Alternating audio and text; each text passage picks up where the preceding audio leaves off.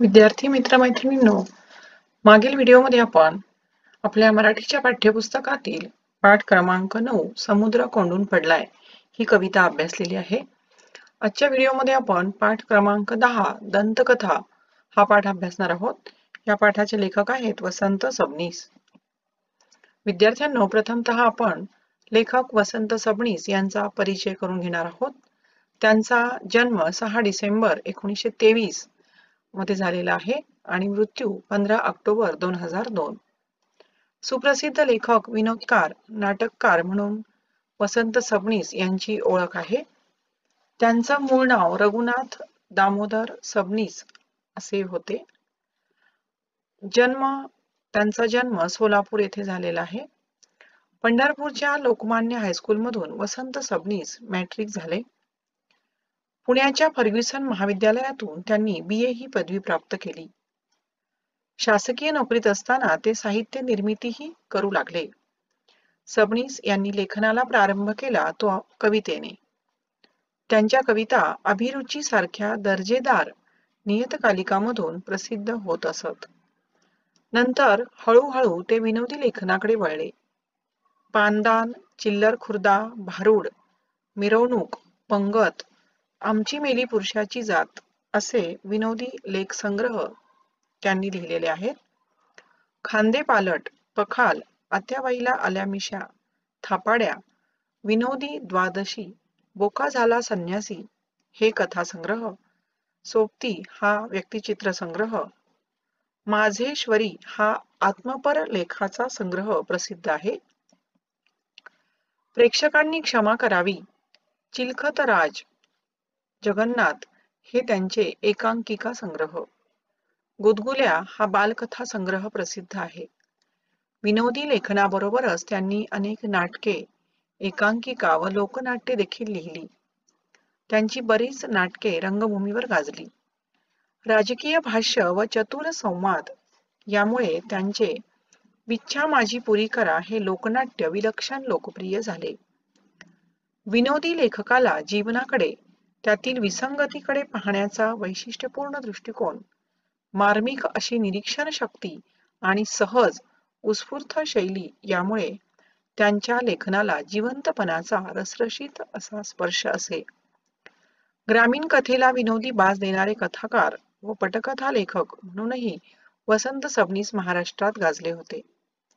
त्यांच्या कथांवरून एकटा जीव सदाशिव, सोंगाड्या हे दादा कोंडके निर्मित चित्रपट बनवले गेले. अशी ही बनवाबनवी, एकापेक्षा एक, गंमत जम्मत, नवरी मिळे नवऱ्याला, बाळाचे बाप ब्रह्मचारी ह्या सचिन पिळगावकर यांची प्रमुख भूमिका असलेल्या चित्रपटांच्या कथा, पटकथा सबनीस यांच्याच होत्या. अशा ह्या प्रथितयश साहित्यिकाचे मुंबई येथे 15 ऑक्टोबर 2002 रोजी निधन झालेले आहे. विद्यार्थ्यांनो, लेखकाचा परिचय आणि त्यांची साहित्य सेवा किंवा त्यांचं साहित्यिक कर्तृत्व आपण या ठिकाणी ह्या परिचयातून जाणून घेतलेलं आहे. आता पहा, स्क्रीनवर तुम्हाला त्यांच्या लेखनापैकी काही साहित्य कृतींची जी मुखपृष्ठ आहेत ती या ठिकाणी दाखवलेली आहेत. त्यामध्ये घरोघरी हीच बोंब आहे, विच्छा माझी पुरी करा, पखाल, माझेश्वरी, सौजन्याची ऐशी तैशी आणि सबनिशी या पुस्तकांचे मुखपृष्ठ या ठिकाणी दाखवलेले आहेत. विद्यार्थ्यांनो, आपण जो पाठ अभ्यासणार आहोत या पाठाची जर मध्यवर्ती कल्पना लक्षात घेतली तर दंतकथा हा एक विनोदी असा ललित लेख आहे. विद्यार्थ्यांनो पहा, मानवी जीवन जे आहे ते सुखदुःखांनी भरलेले आहे आणि मनुष्याच्या जीवनामध्ये सुखापेक्षा दुःखच अधिक असते आणि म्हणून विनोदाच्या महान देणगीमुळे मनुष्याला खरं तर जगणं सुसह्य होतं आणि विनोद हा मानवी जीवनातील महत्वाचा असा घटक आहे की तो आपल्याला दुःख सोसण्यास मदत करतो, मनुष्याचे दोष दाखवतो आणि मनुष्यातला चांगुलपणा देखील मान्य करतो. आणि म्हणून उत्तम विनोद हा समाजातील उच्च संस्कृतीचा असा निदर्शक आहे. विनोद माणसाला खदाखदा हसवून त्याच्या दैनंदिन जीवनातील ताण कमी करतो मानवी जीवन निरोगी करण्याचं काम करतो आणि लेखकाने देखील विनोदाच्या माध्यमातून अशाच प्रकारचं काम केलेलं आहे. आणि म्हणून आपला जो प्रस्तुत पाठ आहे दंतकथा हा देखील विनोदी असा ललित लेख आहे. दाताचं दुखणं खूपच त्रासदायक असतं ह्याची कल्पना आपणा सर्वांनाच असते पहा.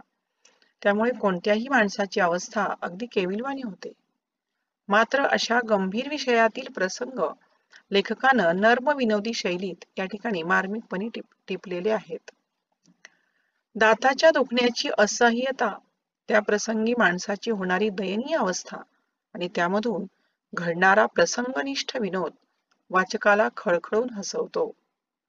वास्तवाला जोडून येणारी अतिशयोक्ती, कधी आढळणारी विसंगती, तर कधी मराठीतील म्हणी, वाक्प्रचार आणि शाब्दिक कोट्या यांचा लेखकाने विनोद निर्मितीसाठी कल्पकतेने केलेला वापर या पाठातून अभ्यासता येईल. पहा, स्क्रीनवर आपल्याला वसंत सबनीसांनी लिहिलेलं सबनीशी या पुस्तकाचं मुखपृष्ठ पाहायला मिळतंय. तर या सबनीशी या पुस्तकातूनच आपला प्रस्तुत पाठ दंतकथा हा घेतलेला आहे. आता पहा विद्यार्थ्यांना, आपण प्रत्यक्षपणे पाठाचा आशय जो आहे तो समजून घेण्याचा प्रयत्न करणार आहोत. लेखक म्हणतात, मानवी देह पंचमहाभूतांचा बनलेला आहे असे म्हणतात. ज्या ज्ञानी मंडळींना मानवी देहात पंचमहाभूते दिसली, त्यांना सहावे महाभूत कसे दिसले नाही याचे मला राहून राहून नवल वाटते. या सहाव्या महाभूताला सामान्यांच्या भाषेत दात असे म्हणतात. म्हणजे बघा की सुरुवातीलाच दात हे पंचमहाभूतांच्या मध्ये आणखी एक सहावं महाभूत आहे असा परिचय दातांचा करून दिलेला आहे. माझ्या मते दात ही परमेश्वराने मारून ठेवलेली मेख आहे. मेख म्हणजे काय? एक प्रकारचं रहस्य, एक प्रकारची खोच, गूढ अशी गोष्ट, म्हणजे परमेश्वराने जाणून बुजूनच हे जे काही रहस्य आहे, ही जी काही मेख आहे ती मेख मारून ठेवलेली आहे. म्हणजे एखादं रहस्य, एखादी गूढ गोष्ट जाणून बुजून आपल्यापासून लपवून ठेवलेली आहे. मानवी देहाची सर्व रचना परिपूर्ण केल्यानंतर जवळजवळ 6-7 महिन्यांनी ही दाताची कल्पना परमेश्वराला सुचली असावी. नाहीतर इतर सर्व अवयव एकदम फुटत असताना दातच तेवढे एखाद्या सभेच्या मुख्य पाहुण्यांसारखे मागावून का यावेत? आणि आपल्याला माहिती आहे बघा की लहान बाळाला दात येण्याचा जो काळ असतो तो काही महिन्यानंतर त्याला दात येऊ लागतात, परंतु बाकीच्या सगळ्या अवयवांचं जी काही निर्मिती आहे त्याच्या जन्मापासून असते, परंतु दात मात्र नंतर येतात. आणि म्हणून या मागावून येण्याच्या घटनेला लेखकानं सभेच्या मुख्य पाहुण्यांची उपमा या ठिकाणी दिलेली आहे. तुटलेले बोट पुन्हा उगवल्याचे माझ्या तरी पाहण्यात नाही, किंवा पहिले नकटे नाक गळून पडून त्या जागी नवे नाक आल्याचेही ऐकिवात नाही. पण दात हा एकच अवयव असा आहे की जो दोन-दोनदा उगवतो.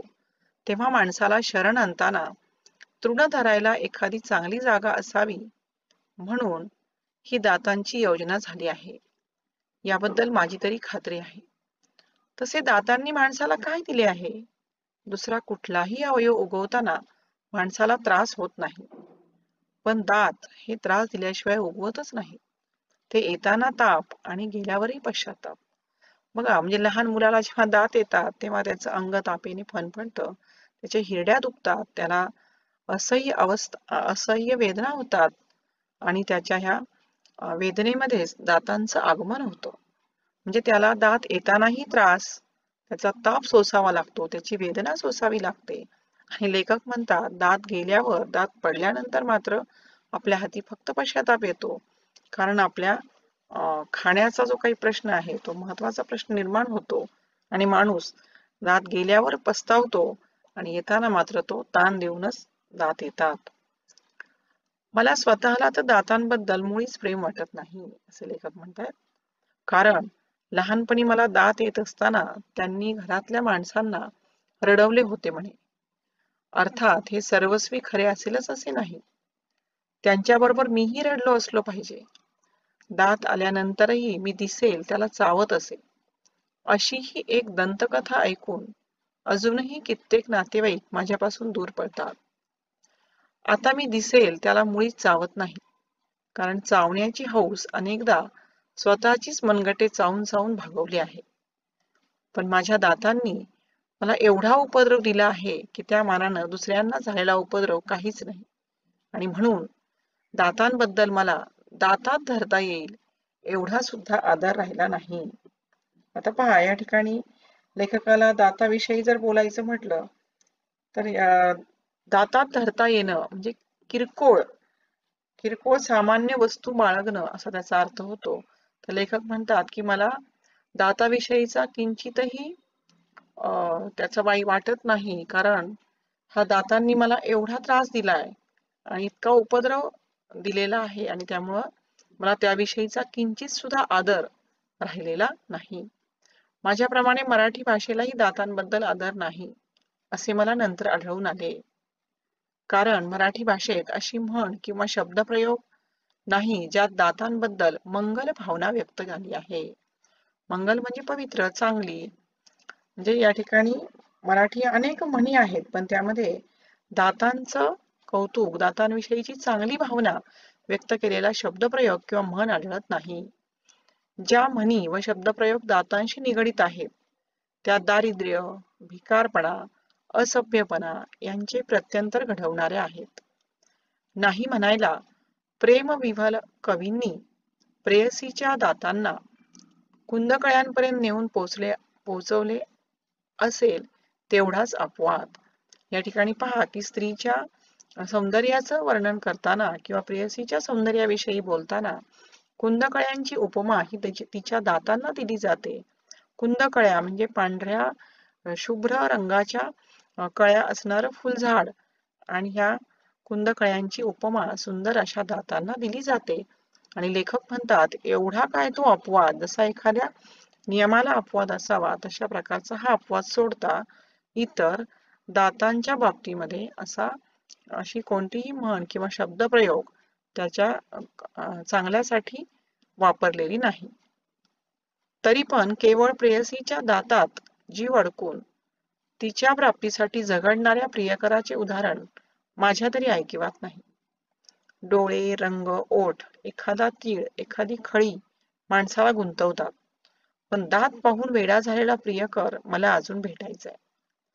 लहानपणी जे न घासल्याबद्दल मार खावा लागतो आणि तरुणपणी जे फार घाशीत बसल्याबद्दल वडील माणसांची बोलणी खावी लागतात. व्यवहारात जे कोण केव्हा पाडील याचा भरवसा नसतो, आणि जे दंतवैद्याकडे जायला भाग पडतात ते दात, अशी माझी दाताबद्दलची कल्पना आहे.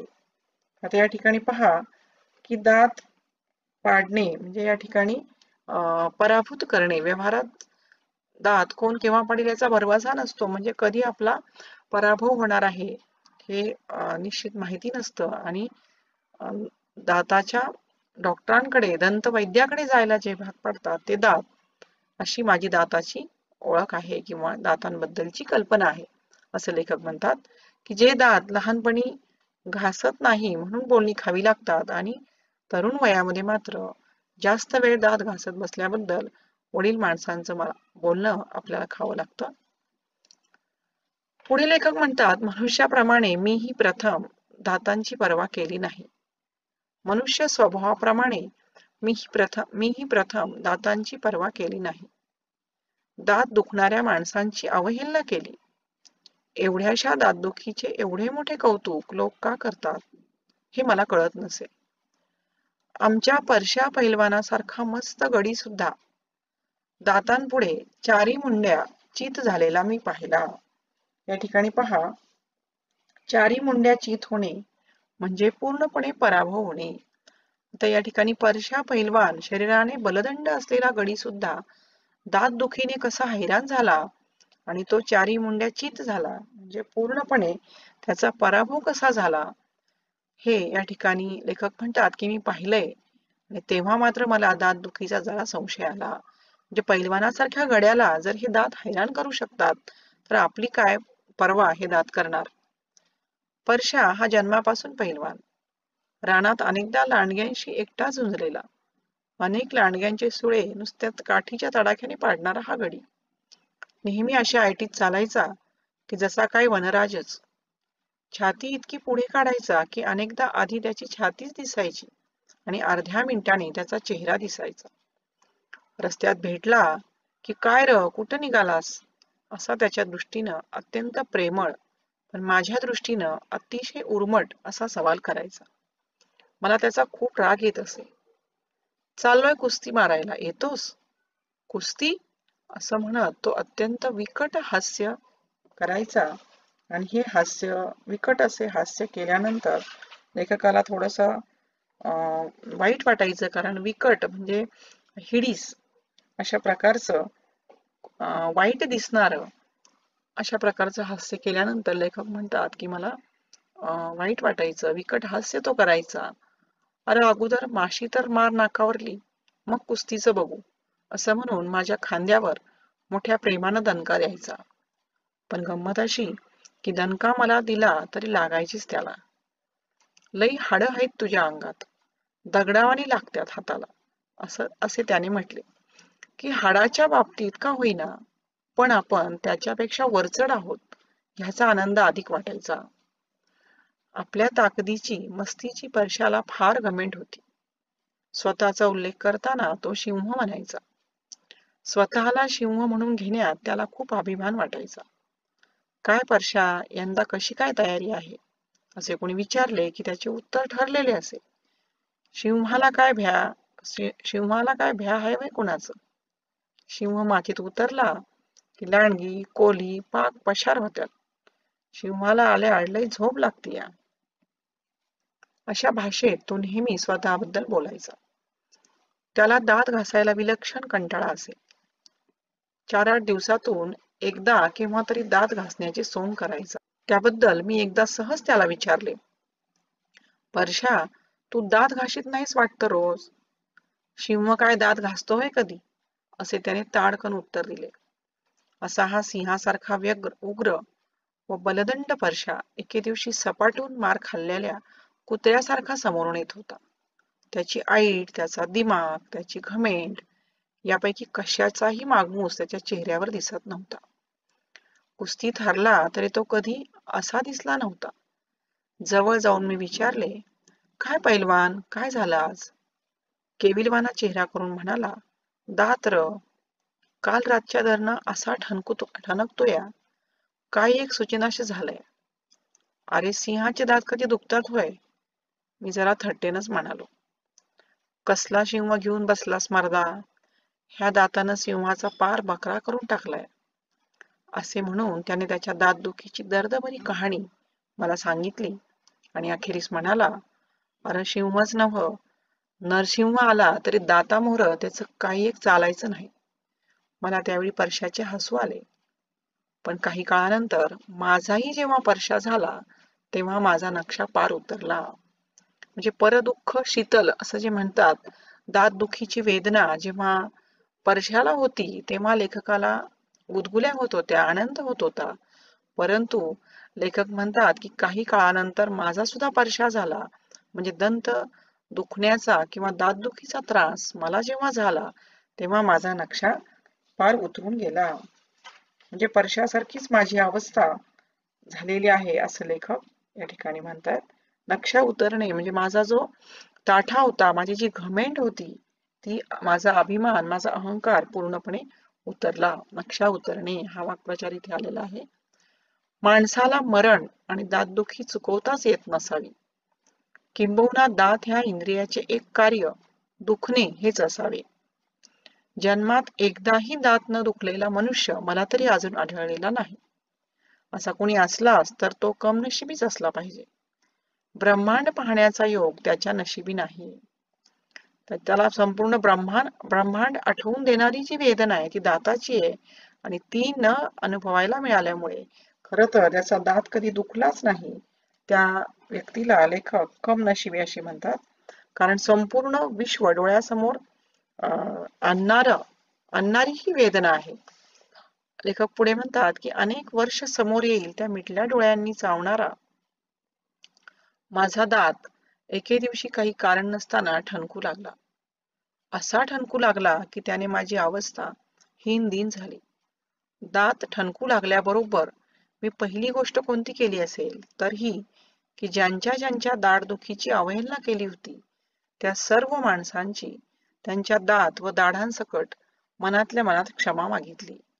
दात दुखायला लागला की तो मुळापासून दुखू लागतो, किंबहुना दाताला मूळ असते हे फक्त तो दुखायला लागला म्हणजेच कळते. माझा दात जेव्हा दुखायला लागला तेव्हा तर माझी खात्रीच झाली की आपण आरोग्यशास्त्राच्या पुस्तकात पाहिलेले दाताचे चित्र आणि प्रत्यक्ष आपले दात यात फरक असला पाहिजे. आपल्या दाताला मूळ नसून झाडासारख्या मुळ्याच असल्या पाहिजेत आणि त्या हिरड्यात सर्वत्र पसरलेल्या असल्या पाहिजेत. नाहीतर सगळेच दात दुखत असल्याचा भास मला का व्हावा? प्रत्येक दाताला हात लावून पाहिल्यानंतर ज्या दाताने शंख करायला लावला तो दुखरा दात याची खात्री झाली. दुखऱ्या दाताला लहानसा स्पर्श सुद्धा खपत नाही. बरे हे दुखणे तरी साधे सरळ असावे तेही नाही.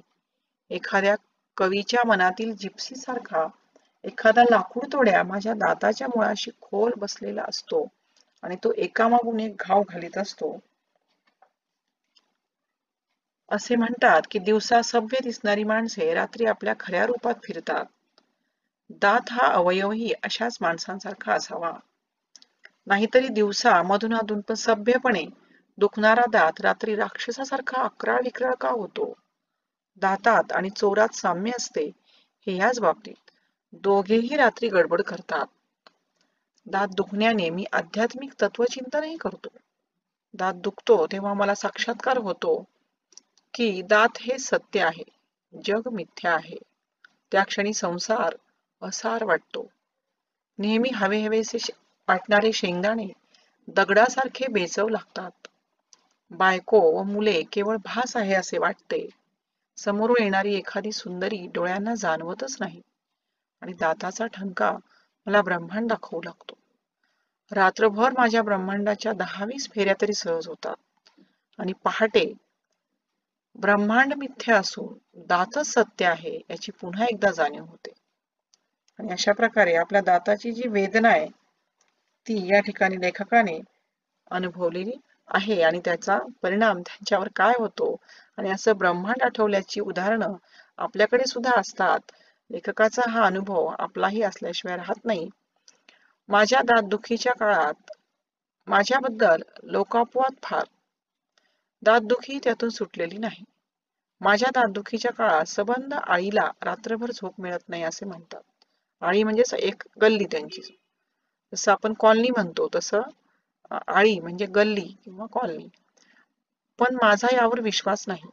अर्थात आळीतील सर्व लोक आळीपाळीने माझ्या घरात डोकावून फक्त दातदुखीच ना असा सवाल करून जातात हे खरे आहे. पण यावरून त्यांना झोप येत नाही असा निष्कर्ष काढणे बरोबर नाही. मागच्याच दातदुखीच्या वेळी मी पलंगाच्या कोपऱ्यात दोन्ही हातात तोंड धरून बसलो होतो. दातदुखीच्या काळात सामान्यतः मी असाच बसतो. चेहऱ्यावर बहुधा कुणीतरी नुकतीच थोबाडीत मारल्याचा भाव असावा. कारण मी आरशात पाहत नाही. तोंडातल्या तोंडात दाताला आरसा कशाला? मी घशातल्या घशात आवाज बंद करण्याचा प्रयत्न करून सुद्धा तो बंदच होत नव्हता. घसा आणि जीभ फेतूर झाली होती. मी फारच मोठ्याने ओरडत होतो असे बायकोचे मत होते. आणि माझ्या बाबतीतील बायकोचे मत हे बहुधा सबंध आळीचे मत असते. अहो केवढ्यांदा ओरडताय, लोकांना काय वाटेल? अशी दमदाटी बायकोशिवाय कोण करणार? माझा दात दुखतोय त्याला मी काय करू? पण शेजारी पाजारी माणसं राहतात. ती काय म्हणतील? अगदी लहान मुलासारखे काय थैमान घालताय? दात दात दात मी चिडून म्हणालो. ते कळलं. तुला कळलं, सगळ्यांना कुठं कळतंय? सगळ्या जगाला का कळायला पाहिजे? थोडा तरी सोशिकपणा दाखवा ना म्हणते मी. सोशिकपणा म्हणजे सहनशीलता. तू लाख म्हणतेस, दात तुझा नाही तो माझा आहे. माझ्या दातदुखीबद्दल मी किती ओरडावं हे ठरवणारी तू कोण? मग खुशाल ओरडा. ओरडीन ओरडीन सोडतो की काय? आई ग मेलो मेलो. आता गप्प बसा जरा. मी कापूर देते दाताखाली धरायला. त्याने ठणका जरा कमी होईल. नको नको. सरळ बत्ता आण आणि दातावर हाण. वेड लागलंय की काय तुम्हाला? तू खल करू नकोस. बत्ता आण. ईश. मेला एवढा दात दुखतोय तरी शब्दावर कोटी करायची सोडू नका. तेवढ्यात बाहेर कोणीतरी आले. बायको जाऊन पाहून आली आणि खालच्या आवाजात मला म्हणाली, दाते आले आहेत. म्हणजे दाते आडनावाचा व्यक्ती आलेला आहे. ह्या दात्यांचा आणि दातांचा काही संबंध आहे की काय? माझ्या प्रत्येक दातदुखीच्या वेळी नेमके दाते कसे प्रथम येतात? दातदुखीच्या काळात माझी सहनशक्ती पार खलास झालेली असते. दाते किंवा दातार या दातांशी जवळीक दाखवणाऱ्या माणसांनाही भेटू नये असे मला त्यावेळी वाटते. माझ्या दातदुखीचे आणखी एक वैशिष्ट्य असे की माझ्या विव्हळण्याने शेजारी पाजारी गोळा होतात आणि माझ्या दाताच्या अध्यक्षतेखाली दातदुखी ती का होते, ती टाळावी कशी आणि झाल्यावर कोणते उपचार करावेत यावर एकतरी परिसंवाद होतोच. उपस्थित वक्ते मोठ्या हिरिरीने भाग घेतात. हीच मंडळी एवढ्या मोठ्याने बोलतात की माझी विव्हळणी त्यात बुडूनच जाते. माझा अनुभव असा की दातदुखीवरील चर्चेनं दातदुखी मुळीच कमी होत नाही. दातदुखीवरील खूप उपचार मला पाठ झाले आहेत. माझा दात दुखू लागला की मी बायकोला त्यातले काही उपचार करायला सांगतो आणि तीही आपले काही उपचार करते. अशी मिळून 20-25 प्रकारची औषधे, बोळे माझ्या दातामागे लागतात. 4 दिवसांनी दात दुखायचा थांबतो. कशामुळे थांबला याचा शोध करायच्या मी भानगडीत पडत नाही. कारण दात दुखणे थांबल्याचे कळल्याबरोबर परिसंवादातील सगळे वक्ते आपलाच उपचार लागू पडला की नाही याची खात्री करून घेण्यासाठी येतात.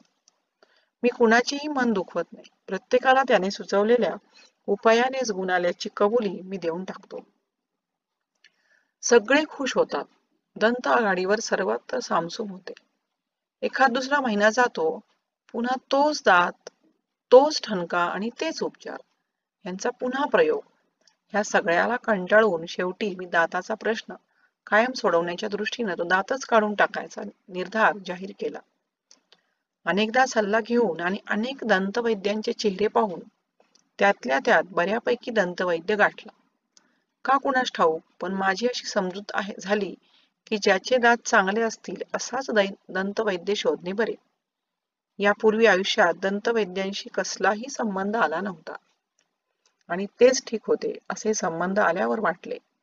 मी त्याला भेटून सारी दंतकथा सांगितली. दात काढून टाकण्याचा माझा विचार दंतवैद्य इतका दुसरा कुणालाही पसंत पडला नाही. दात काढण्याबाबत आमचे मतैक्य म्हणजे एकमत झाल्यावर पुढचा मार्ग सरळ होता. फक्त दात काढायलाही पैसे द्यावे लागतात याचे वाईट वाटले. पण मग माझी मी समजूत घातली की आपण डोक्यावरचे केस मुळासकट काढत नाही तरी पैसे देतो. मग दात मुळासकट काढण्यासाठी पैसे दिले तर काय बिघडले? आणि मी प्रामाणिकपणे सांगतो की 10-12 वर्षापूर्वी दंतवैद्याबद्दलच्या खऱ्याखुऱ्या दंतकथा ऐकल्या होत्या. त्यावरून दंतवैद्याची खुर्ची, दात उपटण्याची क्रिया इत्यादी सर्व गोष्टींबद्दल माझ्या मनात विक्राळ भीती होती, पण प्रत्यक्षात तसे काही वाटले नाही. दंतवैद्य अलीकडे फारच माणसाळलेले आहेत असे माझे प्रामाणिक मत झाले. त्याने माझ्या हिरड्यात इंजेक्शन देऊन इतका लीलया दात उपटला अगदी सहजपणे की मी आश्चर्यचकित होऊन पाहतच राहिलो. दात उपटण्याची क्रिया इतकी सोपी असेल असे वाटले नव्हते. मी आजवर शत्रूंना आणि शेजाऱ्यांना भांडण्याच्या वेळी दात उपटून हातात ठेवीन, दात घशात घालीन अशा माझ्या शक्तीचे प्रदर्शन करणाऱ्या धमक्या दिल्या होत्या. आता दात उपटून हातात देणे म्हणजे घमेंड घालवायला पराभव करणे. घमेंड त्याची कमी होईल अशा प्रकारचा एखाद्या व्यक्तीचा पराभव करणे म्हणजे त्याचा दात उपटून हातात देणे आणि दात घशात घालणे म्हणजे त्याचा पूर्णपणे पराभव करणे. अशा प्रकारचे हे धमक्या लेखकाने दिलेल्या होत्या. याची हळहळ दंतवैद्याच्या खुर्चीत असतानाच वाटली, कारण ह्या धमक्यांना आता काही अर्थ नव्हता. दंतवैद्याने हात दाखवला. हाच तो खलदंत ज्याने माझे बायकोपुढे हसे केले. तोच हा नीच दात, नतद्रष्ट आणि खलदंत ह्या दोन्ही शब्दाचे अर्थ जर आपण विचारात घेतले तर या ठिकाणी खलदंत म्हणजे दुष्ट दात आणि नतद्रष्ट म्हणजे सुद्धा दुष्ट, वाईट असा. तुला हे शासन योग्य आहे असे मी उरलेले दात ओठ खाऊन मनाशी म्हणालो. दात ओठ खाणे हा देखील वाक्प्रचार दाताच्या संदर्भात इथे आलेला आहे. दात ओठ खाणे म्हणजे मनामध्ये असलेला जो काही सगळा राग आहे तो एकवटून बोलणे. आता पुन्हा तो ठणका लागणार नाही, पुन्हा ते बोळे धरावे लागणार नाहीत, पुन्हा बायकोचा उपदेशही ऐकावा लागणार नाही. या विचारांनी मी आनंदाने बेहोर झालो. उरलेल्या दातांना धाक बसावा म्हणून तो काढलेला दात घरी नेण्याचा विचार मनात येऊन गेला. पण त्या दाताची संगत सुद्धा नको असे वाटून मी तो दंतवैद्यालाच अर्पण केला. आनंदाने घरी आलो. दारातून ओरडून 4-5 शेजाऱ्यांना सांगितले की तो तुम्हाला जागवणारा दात गेला, यापुढे दंत सप्ताह नाही. विद्यार्थ्यांनो, अशा प्रकारे लेखकाच्या दातदुखीचा अनुभव या ठिकाणी त्यांनी विनोदी पद्धतीनं आपल्याला या पाठामध्ये सांगितलेला आहे. परंतु लेखकाचा हा जो दातदुखीचा अनुभव आहे तो आपल्याशी देखील जोडला गेलेला आहे. अशा प्रकारचा दाताचं दुखणं आपल्यापैकी अनेकांनी अनुभवलेलं असतं आणि लेखकाची ती वेदना आपल्या समोर जिवंत व्हायला ह्या पाठ वाचताना मदत होते.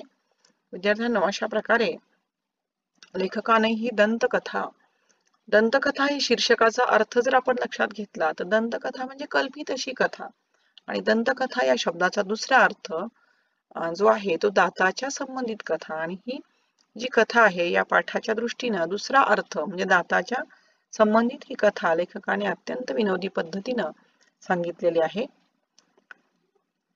विद्यार्थ्यांनो, या पाठाचं वाचन करायचं आहे आणि त्यानंतर आपल्या पाठ्यपुस्तकात दिलेला जो कृती स्वाध्याय आहे तो सोडवायचा आहे. धन्यवाद.